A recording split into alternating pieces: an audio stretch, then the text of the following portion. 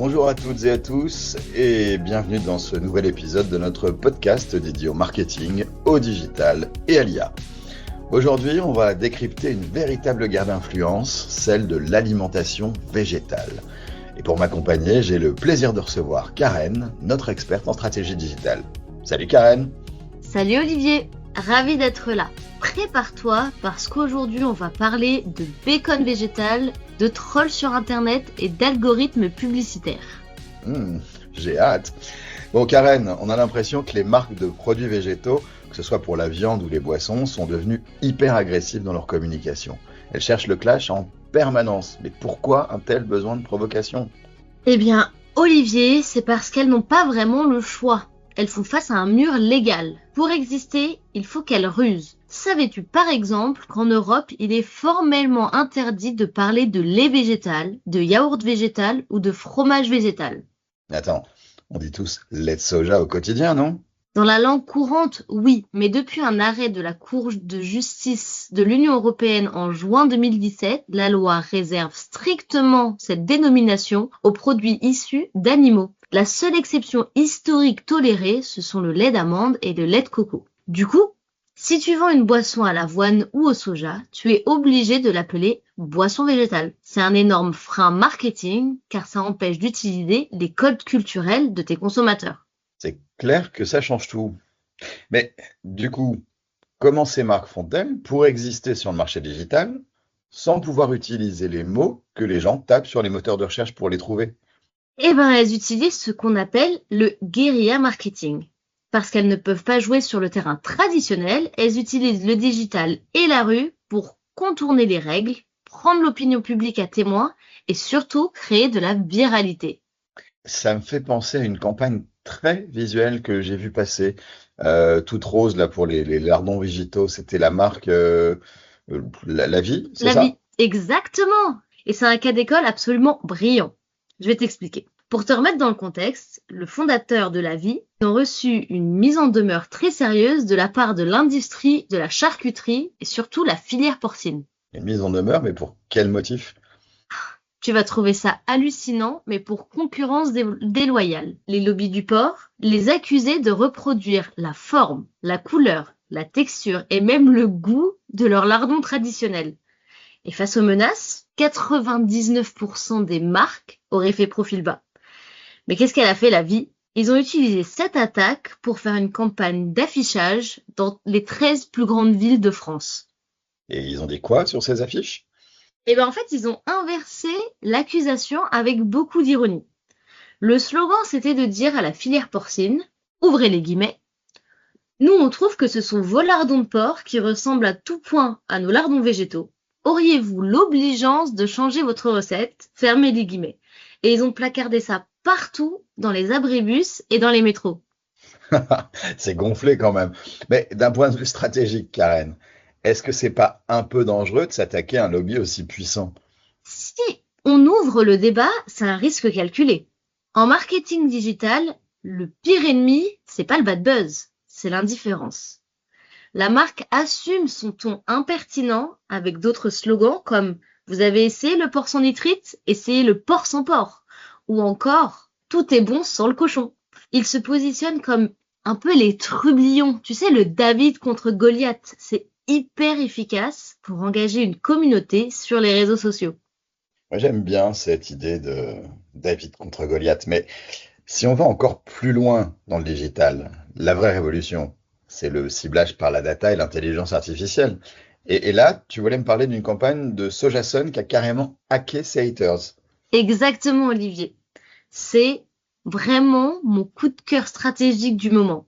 Ça a été réalisé par l'agence Marcel pour Sojasun. C'est une campagne qui s'ancre profondément dans la culture web. Est-ce que tu sais ce qu'est un sojaman sur Internet? Non, pas du tout. Ça n'a pas l'air d'être fifou, vu comment tu le dis. Ah, c'est un peu ça. Dans certaines communautés en ligne qu'on appelle les masculinistes, l'expression homme soja, c'est devenu une insulte virale pour désigner un homme qui manquerait de virilité, qui serait trop féminin, un peu un 40 kilos tout mouillé comme certains pourraient dire.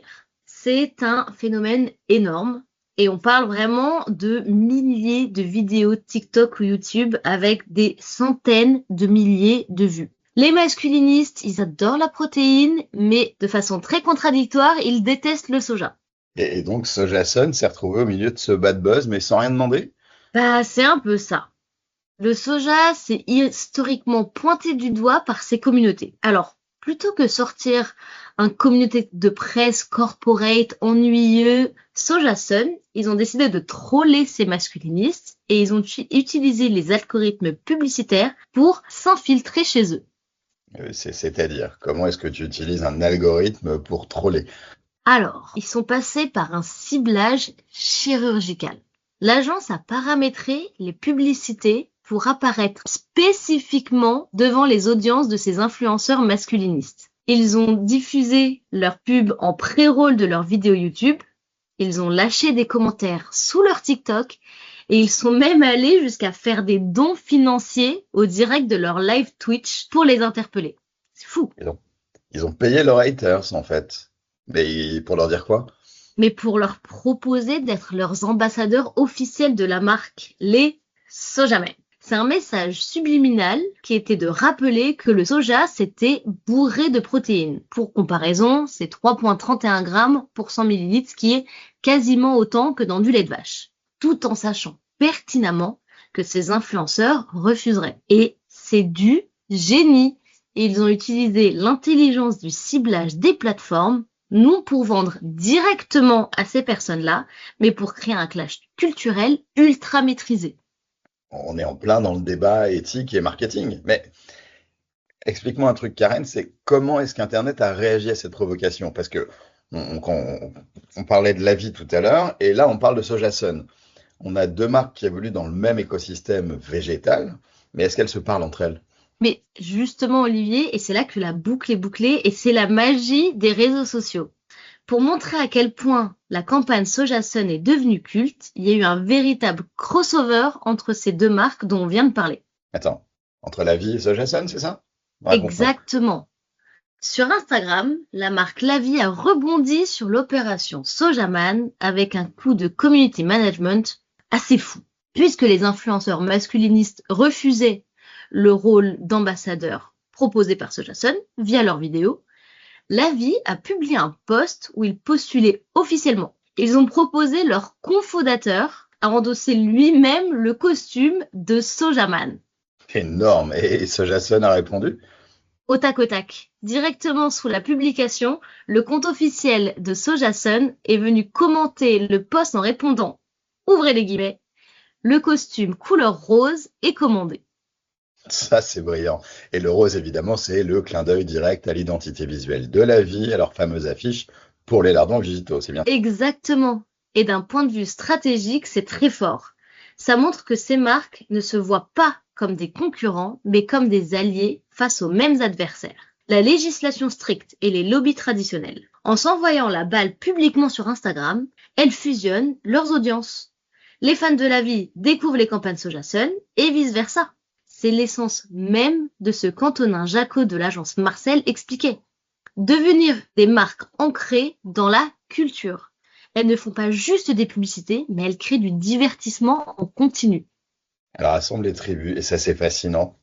C'est vraiment la preuve qu'aujourd'hui, en fait, le marketing digital ne s'arrête pas à la diffusion d'une campagne. Il vit à travers les interactions en direct et les collaborations inattendues. Et donc, pour résumer, Karen, si je suis une marque challenger aujourd'hui, je dois me comporter comment?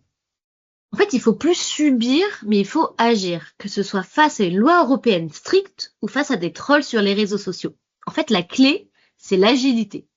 Il faut utiliser les outils de ciblage digitaux pour infiltrer les discussions, raconter une histoire assumée et ne pas hésiter à interagir avec d'autres marques qui partagent ces valeurs. Comme dit Lavi, le but, c'est de réussir à mettre un juif, un viandard, un musulman et un vegan à la même table et de le faire avec style et humour, quitte à enfiler un costume de Sojaman.